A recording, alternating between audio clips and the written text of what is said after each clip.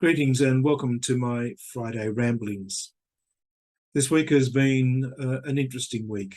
Yesterday I celebrated the funeral of a young man who had dropped dead the week previously.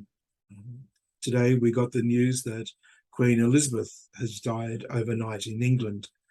And this morning I got news to say that my brother and his wife, who had returned to the Philippines to visit her mother, who recently had a stroke, was saddened with the news of her own sister's death yesterday.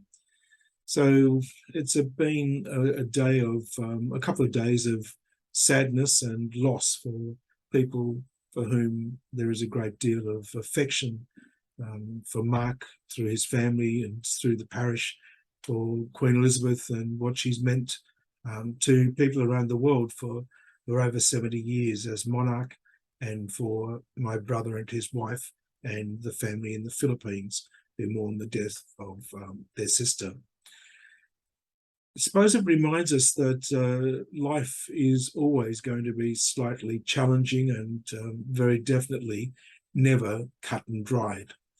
There are always going to be things that are coming up. And so this weekend, as we remember those who have died, I also prepared to celebrate a baptism.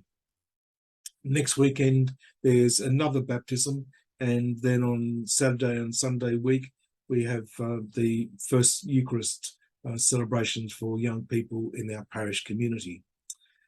Early next week, we have a Council of Priests meeting and a Consultors meeting, followed by a pastoral conference on Wednesday. All things keep moving, and it doesn't really matter, in a sense, whether we're there or not. They will keep rolling on.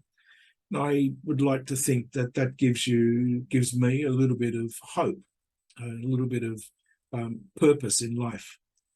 Just recently, I've been reading a new book by Father James Mallon that's been looking at just a faith dimension to life. And in one of his chapters, he spoke about what it means to be a people of joy, even in the midst of sadness. In the gospel last weekend, Jesus told us we had to take up our cross and follow him. But he doesn't say to do that with a dour look on our face, as if we're downtrodden or oppressed, but rather to walk in the everyday and to appreciate the greatness and the wonder that God has given. Each of us can do that. We just need to have a heart that's open to the wonder and to be curious about the world in which we live. So I'd like to hope that this weekend, as you prepare to have a couple of days of recreation, or if you're busy, that you might just simply have the time to take a few moments to give thanks for what you've got, for who you are, and for what possibilities lie before you, and that you'll have the grace to be able to do today what you can to make known God's love for you. Have a great weekend. Look forward to seeing you next time on my Friday ramblings.